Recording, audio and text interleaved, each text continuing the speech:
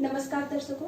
तो हमारा सब्जेक्ट है हिंदी और हिंदी में हम पढ़ने जा रहे हैं वर्णमाला। जिसके पास राजपाल सिंह की बुक है तो वो क्या कर सकता है, इसमें रिवीजन भी कर सकता है, क्योंकि मैं राजपाल सिंह की बुक पढ़ाने जा रही हूँ।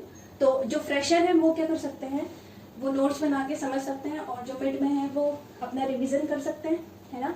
तो हमारा टॉपिक है वर्णमाला। तो देखो वर्णमाला क्या होता है।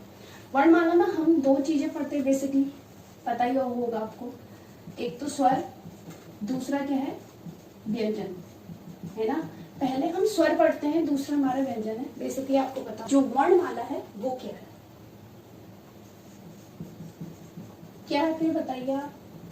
जहां तक है आपको तो पता ही होगा वर्णमाला क्या होता है, ठीक है।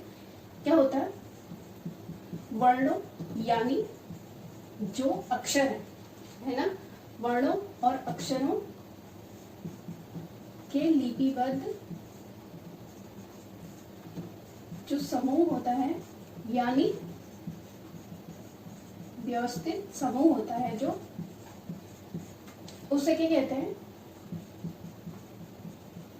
वर्णमाला कहते हैं। बेसिकली आप लोगों को ये चीजें पता ही होगी, यानी वर्णों यानी अक्षरों के जो लिपिबद्ध समूह है यानी व्यवस्थित समूह है, उसे वर्णमाला कहते हैं। देखो वर्णमाला में भी दो चीजें हैं, एक तो है वर्णमाला, एक तो है वर्णमाला और दूसरा है वर्ण समूह। क्या है इन दोनों में डिफरेंस, ठीक है। देखो मैंने क्या कहा, वर्णों यानी अक्षरों के जो लिपिबद्ध चिन्ह होते हैं ना, एक चीज छूट गया, ठीक है, लिपिबद्ध चिन्ह होते हैं, उनके समूह यानी व्यवस्थित समूह को क्या कहते हैं, वर्णमाला कहते हैं, है ना। अब दो चीजें आती है इसमें, इनके इसमें एक तो वर्णमाला हो गया और दूसरा वर्ण समूह होगा। क्या होगा डिफरेंस, देखो वर्णमाला क्या है, क्रमबद्ध समूह होता है, एक क्रमबद्ध समूह होता है, ठीक है। मतलब जो एक के बाद एक आता है, एक के बाद एक आता है, ठीक है। जैसे क, ख, ग, घ, है ना। ये है, ये व्यवस्थित तरीके से आ रहा है, मतलब क के बाद ख आता है, हमें पता है क वर्ग हो गया जो, ठीक है।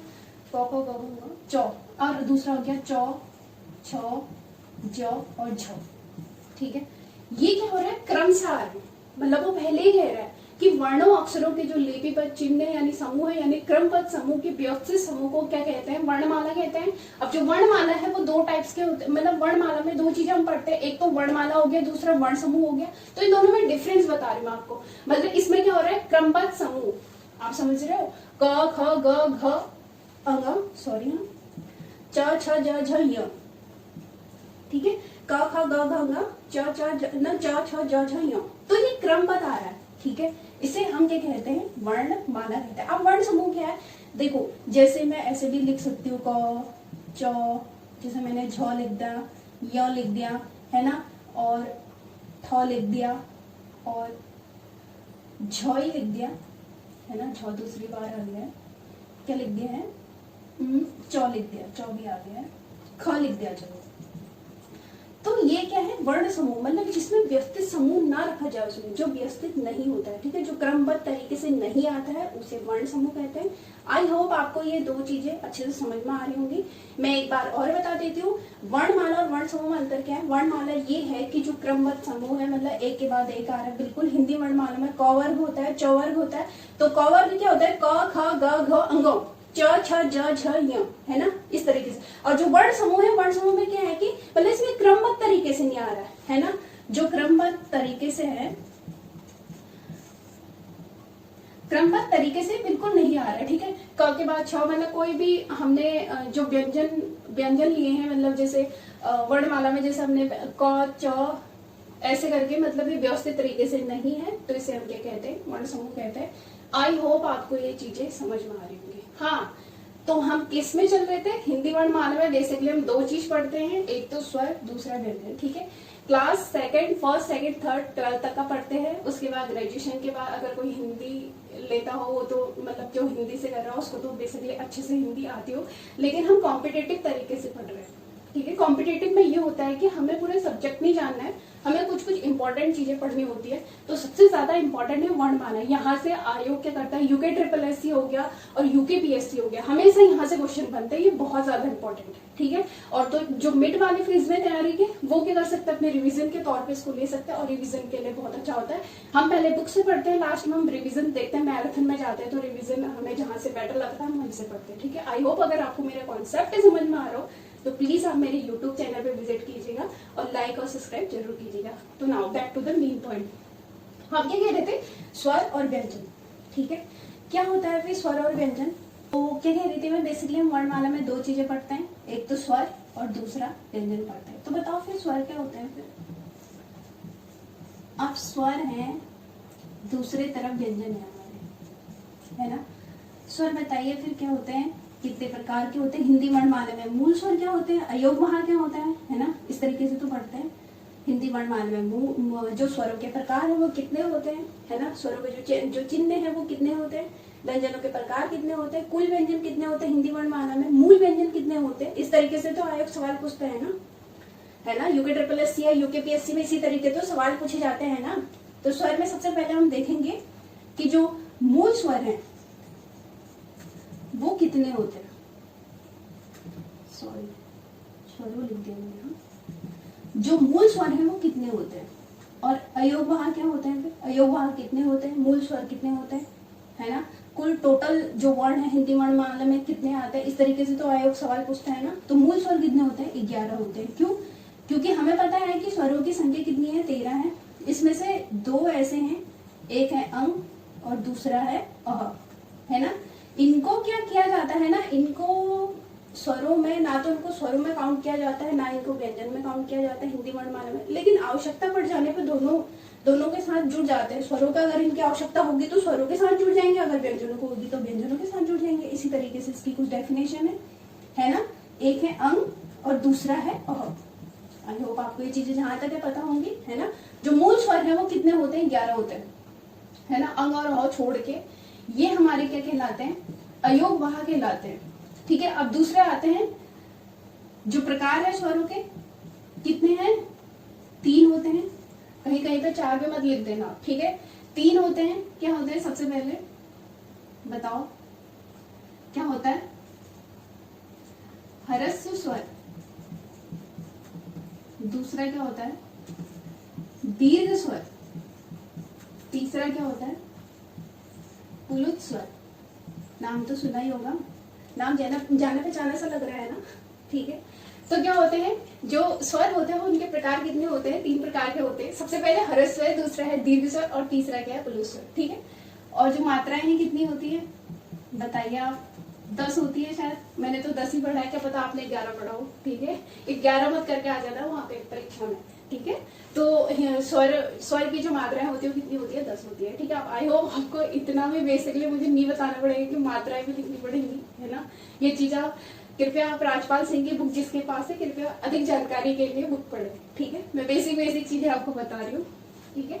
तो सबसे पहले क्या है, मूल स्वर है। मूल स्वर कितने होते हैं हमारे, 11 होते हैं। अयोग वहां के कहलाते हैं अंग और अह। अयोग वहां की डेफिनेशन मैंने आपको बता दिया, अयोग मेरे को बताने की जरूरत नहीं पड़ेगी, ठीक है।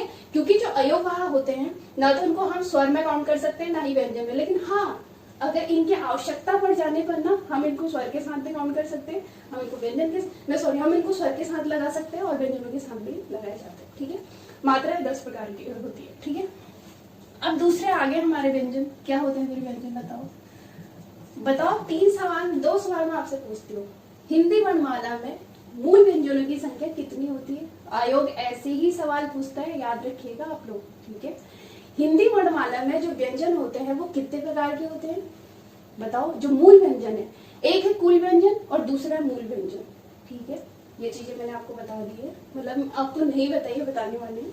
तो क्या होता है, हिंदी वर्णमाला में जो मूल व्यंजनों की संख्या कितनी होती है, आयोग ऐसे 33, 39, 40, है ना, इस तरीके से ऑप्शन दे सकता है। और हिंदी वर्णमाला में कुल व्यंजनों की जो संख्या होती है वो क्या होती है। आई होप जो मिड वाले फेज में है बच्चे, यानी जो एस्पिरेंट है, उन्होंने क्या कर दिए होंगे, अच्छे तरीके से उनको आता होगा, तो उनका ये अच्छा हो गया रिवीजन के लिए, ठीक है। तो चलिए फिर बिना किसी देरी के जानते हैं क्या है। एक होता है मूल व्यंजन, बताइए कितने होते हैं? 33 होते हैं क्या कि 34 होते हैं? अब मैंने तो 33 पढ़ा है, ठीक है। और जो मूल व्यंजन होते हैं कितने होते हैं? 33 होते हैं। और जो कुल व्यंजन है वो कितने होते हैं? चलिए बताइएगा आप लोग। कुल व्यंजन 39 ही होते हैं क्या? अब कहीं पे 52 मत लिख देना, ठीक है। तो हिंदी वर्णमाला में जो मूल व्यंजन होते हैं वो कितने होते हैं? 33 होते हैं। और जो कुल व्यंजन है वो 39 है। और अब आते हैं व्यंजनों के प्रकार, क्या होते हैं फिर बताइए जरा। कितने प्रकार के होते हैं? 4 प्रकार के होते हैं या 5 प्रकार के होते हैं? ठीक है, बेसिकली अभी 3 ही प्रकार पढ़े हैं फिर मैंने, ठीक है। सबसे पहले स्पर्श व्यंजन, क्या कहा जाता है और इन्हें? वर्गीय व्यंजन, वर्गीय व्यंजन ये भी कहा जाता है क्या? उदित व्यंजन, है ना। अब अगर इस तरीके से पूछा जाएगा ना आपसे, कभी कभी सवाल आएगा, ऐसे भी सवाल पूछ सकता है कि हिंदी वर्णमाला में जो उदित व्यंजन है उनकी संख्या कितनी होती है। ऐसा आयोग आजकल क्या कर रहा है, सवाल पूछ रहा है, ठीक है। तो चलिए क्या है, व्यंजनों के जो प्रकार है वो कितने होते हैं? 3 प्रकार के होते हैं, पता है ना 3 प्रकार के कौन कौन से होते हैं? स्पर्श व्यंजन यानी उसे हम वर्गीय व्यंजन भी कहते हैं और उसे हम उदित व्यंजन भी कहते हैं, ठीक है। और जो दूसरा प्रकार है हमारा क्या है फिर? अंतस्थ व्यंजन। क्या होते हैं? इनको तो मैंने बताऊंगी कि कितने प्रकार के होते हैं, क्या होते हैं। बेसिकली कोई सा भी प्रेशर हो जाए, कोई भी बच्चा हो, मुझे जहां तक लगता है उसको तो आता ही होगा, ठीक है। अंतस्थ व्यंजन और तीसरा क्या हो गया? ऊष्म व्यंजन, है ना, ऊष्म व्यंजन। तो ये चीजें आपको पता होंगी, ठीक है। मैं आपको यही रिकमेंड करूंगी कि राजपाल सिंह की बुक से जितना अच्छा पढ़ा जाए आप लोग उसमें से पढ़ सकते हो, और सबसे अच्छी बुक है। क्योंकि मैं आदित्य और राजपाल सिंह की बुक से दोनों से पढ़ती हूँ, लेकिन मुझे राजपाल सिंह की बुक भी बहुत ज्यादा अच्छी लगती है और मैं ज्यादा से ज्यादा उसी में ही पढ़ती हूँ, उसी से ही पढ़ती हूँ जो राजपाल सिंह है, ठीक है। और आप उसको खोल के रखिएगा। जो चैप्टर 2 है उसमें क्या होगा ना, मेरी हैंड राइटिंग थोड़ी सही नहीं है, ठीक है। उससे क्या होगा ना, आपको अच्छे से कॉन्सेप्ट समझ में आ जाएगा, ठीक है। तो मूल व्यंजन कितने होते हैं? 33 होते हैं। कुल व्यंजन 39 होते हैं। व्यंजनों के जो प्रकार हैं वो कितने प्रकार के होते हैं? 3 प्रकार के होते हैं, ठीक है। आज के लिए इतना ही, क्योंकि वीडियो ज्यादा लंबी होगी तो आई होप बच्चे नहीं रहेंगे, ठीक है। तो आज के लिए इतना ही। अगर आपको मेरा कॉन्सेप्ट समझ में आ रहा हो हिंदी में तो स्पेशली, तो आप मेरे चैनल पे विजिट कीजिएगा और तब तक मेरे चैनल पे बनी रहिएगा। प्लीज लाइक और सब्सक्राइब जरूर कीजिए। बहुत बहुत धन्यवाद आपका।